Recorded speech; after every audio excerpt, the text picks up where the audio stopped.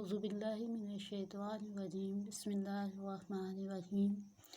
6 class پیارے بچوں، آج آپ اپنا لیسن نمبر 2 پڑھو گے۔ اسلامیات میں اذان کی فضیلت اور اہمیت۔ درج ذیل سوالات کے جوابات تحریر کریں۔ سوال نمبر 1، اذان کے لفظی معنی اور اہمیت بیان کریں۔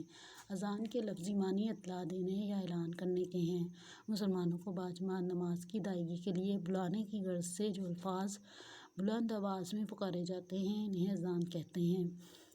اذان مسلمانوں کا امتیازی نشان ہے۔ یہ آواز ہر روز 5 وقت کی نماز کا بلاوا بن کر پوری دنیا میں بلند ہوتی ہے۔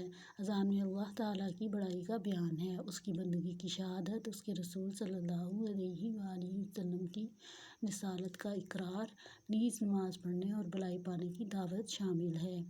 اذان کی ابتدا کب ہوئی؟ واقعہ معراج کے بعد کفار کے شر سے مسلمان نماز باجماعت ادا نہ کر سکتے تھے، لیکن ہجرت مدینہ کے بعد مسجد نبوی صلی اللہ علیہ وسلم کی مکمل تعمیر ہو چکی تو ایک دن حضرت عبداللہ بن زید رضی اللہ تعالیٰ عنہ آپ صلی اللہ علیہ وآلہ وسلم کے پاس حاضر ہوئے اور عرض کی، یا رسول اللہ صلی اللہ علیہ وآلہ وسلم، میں نے خواب میں دیکھا کہ ایک شخص کعبہ رو ہو کر اللہ اکبر پکار رہا ہے۔ آپ صلی اللہ علیہ وآلہ وسلم نے فرمایا کہ یہ سچا خواب ہے۔ کچھ دیر بعد حضرت عمر رضی اللہ تعالیٰ عنہ نے بھی یہی خواب آ کر سنایا۔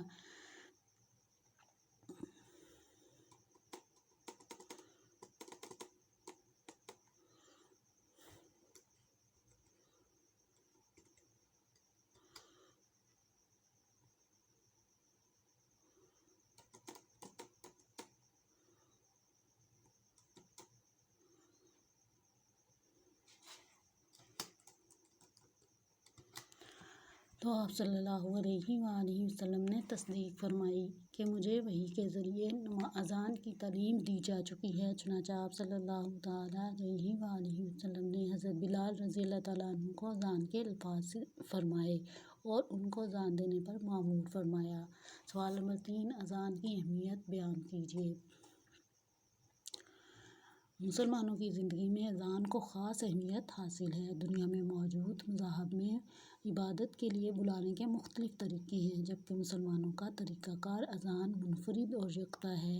اذان سے اللہ تعالیٰ کی بزرگی واضح ہوتی ہے، اس کے رسول صلی اللہ تعالیٰ علیہ وآلہ وسلم کی نبوت کی شہادت ملتی ہے، نیز انسان کو اس کی فلاح اور کامیابی کا پیغام دیا جاتا ہے۔ سوال نمبر 4 ہے، اذان کا جواب کیسے دیا جائے، نیز اس کا کیا ایک سچے مسلمان پر فوری اثر ہوتا ہے؟ ہر مسلمان کو چاہیے کہ جو ہی وہ اذان کے الفاظ سنے تو ان الفاظ کو مؤذن کے ساتھ ہلکی آواز میں دہرائے۔ ایک سچا مسلمان جب اذان کی آواز سنتا ہے تو فوراً اپنا آرام اور کام کاج چھوڑ کر مسجد جانے کو تیار ہو جاتا ہے۔ جب بار بار اس کے کانوں میں اپنے رب کا یہ پیغام پہنچتا ہے تو اس کا ایمان مضبوط تر ہو جاتا ہے، اس کے دل میں اپنے رب کی عظمت ہمیشہ کے لیے بس جاتی ہے، اسے یقین حاصل ہو جاتا ہے کہ اس کی فلاح نماز کی ادائیگی میں ہی ہے۔ سوال نمبر 5 دیکھیے، مؤذن کا مقام بیان کیجیے۔ مؤذن کو اسلامی معاشرے میں بلند مقام حاصل ہے۔ حضرت بلال رضی اللہ تعالیٰ عنہ مؤذن رسول تھے، اس لیے بڑے بڑے جید صحابہ رضوان اللہ تعالیٰ عنہم ان کو سیدنا بلال رضی اللہ تعالیٰ عنہ ہمارے سردار بلال رضی اللہ تعالیٰ عنہ کہہ کر مخاطب کرتے تھے، یعنی اتنا احترام کرتے تھے ان کا اذان دینے کی وجہ سے۔ آپ صلی اللہ علیہ وآلہ وسلم نے فرمایا، قیامت کے روز اذان دینے والوں کی گردنیں تمام لوگوں سے زیادہ بلند ہوں گی۔ مزید فرمایا، اذان کی وجہ سے مؤذن کی مغفرت کر دی جاتی ہے۔ مزید فرمایا، اگر یہ معلوم ہو جائے کہ اذان دینے اور پہلی صف میں نماز پڑھنے کا کتنا ثواب ہے تو ہر شخص آگے بڑھنے کی کوشش کرے، حتیٰ کہ فیصلہ کرنے کے لیے قرعہ ڈالنا پڑے۔ اذان کے فضائل بیان کیجیے۔ اذان کی آواز انسان کے دل میں اللہ تعالیٰ کی بڑائی کا خیال پیدا کرتی ہے۔ اذان سنتے ہی انسان دنیاوی کاموں کو چھوڑ دیتا ہے گویا دنیا کی بجائے دین سے رغبت پیدا ہوتی ہے۔ جہاں تک اذان کی آواز پہنچتی ہے شیطان وہاں سے بھاگ جاتا ہے۔ اذان دینے والے مقام پر اللہ تعالیٰ کی رحمت نازل ہوتی ہے۔ اذان انسان میں وقت کی پابندی کا خیال کرتی ہے۔ اذان مسلمانوں کو اتحاد و اتفاق کی دعوت ہے۔ اذان کی آواز جہاں تک پہنچتی ہے وہاں تک موجود ہر چیز قیامت کے دن اذان دینے والے کے حق میں گواہی دے گی۔ مؤذن پر اللہ تعالیٰ کی رحمت نازل ہوتی ہے۔ اللہ تعالیٰ قیامت کے روز مؤذن کی عزت افزائی فرمائیں گے۔ آپ صلی اللہ تعالیٰ علیہ وآلہ وسلم اذان کی آواز سن کر اس کا جواب دینے والے کی شفاعت فرمائیں گے۔ سوال نمبر 3 ہے، درج ذیل بیانات میں درست اور غلط بیانات کی نشاندہی کریں۔ اذان کے لفظی معنی کیا ہیں؟ اعلان کرنا۔ اذان کی آواز دن میں کتنی مرتبہ بلند ہوتی ہے؟ 5 مرتبہ۔ اذان کی آواز بلند کرنے والے کو کیا کہتے ہیں؟ مؤذن۔ اذان سنتے ہی شیطان پر کیا اثر ہوتا ہے؟ بھاگتا ہے۔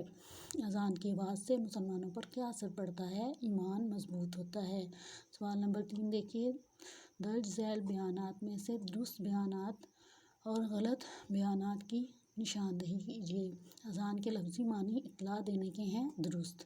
اذان کی آواز صرف پاکستان میں بلند ہوتی ہے، غلط۔ پوری دنیا میں جو ہے یہ آواز بلند ہوتی ہے۔ ہجرت کے بعد آپ صلی اللہ تعالیٰ علیہ وآلہ وسلم مدینہ منورہ تشریف لائے تو مسجد نبوی وسلم تعمیر ہو چکی تھی، غلط۔ آپ وسلم نے یہاں آ کے اس کو تعمیر کرنے کا حکم دیا تھا۔ حضور اکرم صلی اللہ تعالیٰ علیہ وآلہ وسلم نے حضرت عثمان رضی اللہ تعالیٰ عنہ کو اذان کے الفاظ سکھائے۔ جی نہیں، یہ غلط ہے، حضرت بلال رضی اللہ تعالیٰ عنہ کو سکھائے تھے۔ اذان کہنے والے کو مؤذن کہتے ہیں، درست۔ خالی جگہ پر کریں۔ اذان کے لفظی معنی اطلاع دینے یا اعلان کرنے کے ہیں۔ نماز باجماعت ادا کرنے کا اعلان کرنا اذان کہلاتا ہے۔ مکہ میں کفر کے شر کی وجہ سے مسلمان باجماعت نماز ادا نہیں کر سکتے تھے۔ حضور اکرم صلی اللہ تعالیٰ علیہ وآلہ وسلم نے حضرت بلال رضی اللہ تعالیٰ عنہ کو اذان کے الفاظ سکھائے۔ اذان کہنے والے کو مؤذن کہتے ہیں۔ اذان کہنے والا بندوں کو نماز کے لیے پکارتا ہے۔ مؤذن کا اسلامی معاشرے میں بلند مقام ہے۔ اذان کے وقت شیطان پر خوف طاری ہو جاتا ہے۔ اذان مسلمانوں میں اتحاد و اتفاق کی دعوت ہے۔ اس کے علاوہ بک کے علاوہ بھی یہاں پہ نوٹس ہیں کچھ، اور یہ بھی MCQs ہیں، ان کو بھی دیکھ لیں۔ اذان کے لفظی معنی کیا ہیں؟